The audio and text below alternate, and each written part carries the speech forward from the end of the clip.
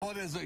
Speaking of not healthy, this is healthy. It's a perfect night for an outside evening dinner. Yeah, it is. And if you're looking for some healthy, easy, no cooking involved summertime recipes, Julie Andrews, registered dietitian, the Gourmet RD, is here with some ideas. Hi, Jules. Sure. Hi. Thanks for having me. So, what are we starting with here? This one? Yeah. So we have some asparagus pesto pasta. Oh, so I like all of that. it's a pasta salad. It's all cold, which is really awesome, and it's kind of a twist on caprese salad, which is fresh mozzarella, fresh tomatoes, and basil.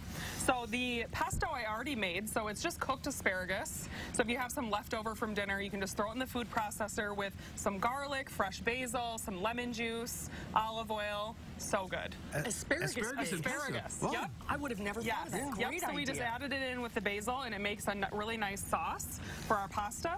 So we'll add that to the pasta. And these are cooked. They are cooked. You have a little cooking involved. A little tiny bit of cooking involved. You had to say that, didn't you?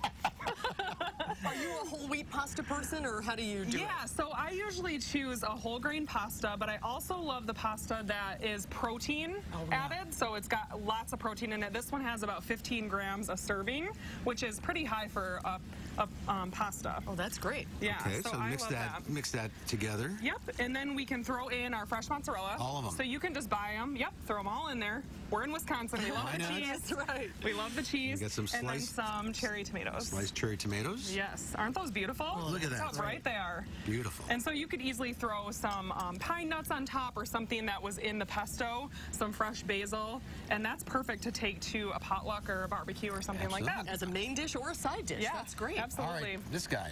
So these are spring rolls. So these can be a little bit intimidating because not a lot of people have ever worked with rice paper or spring roll wrappers. But basically you just get these in the ethnic foods aisle, and they're a little hard, and then you soak them in a little bit of cold water for about 1 to 2 minutes. And once they're kind of sticky and pliable, then you can put all your fillings in them and kind of roll them up like a burrito. Now, what did you fill yours with? They look like this. Okay. Yeah. So once you've soaked them and wrapped them, they look like this. So they're a little sticky. That's perfect. You can put a lot of different things in them. You can put protein in if you want. Some cooked shrimp would be great. A little cooked salmon, some chicken. But these ones are just vegetables. So these are just some red pepper, carrots, cucumber, some of that shredded red cabbage. So they're really easy to make. And the sauce? And the sauce is my favorite part. It's peanut sauce. So it's a ginger peanut butter sauce that has some soy sauce, some sesame oil, a little bit of water, and you just whisk it up, and it's the perfect dipping sauce for that. And speaking of dipping? Yes, my favorite, the hummus. Hummus. Do you make your own hummus? I do, yeah. So it's really easy to make. Everything goes in the food processor, so it's just chickpeas or garbanzo beans. They're the same thing. You can throw a can of those in with some tahini, which is sesame seed paste, and then garlic, lemon juice, olive oil, salt and pepper. And then just give it a whirl until it's nice and creamy.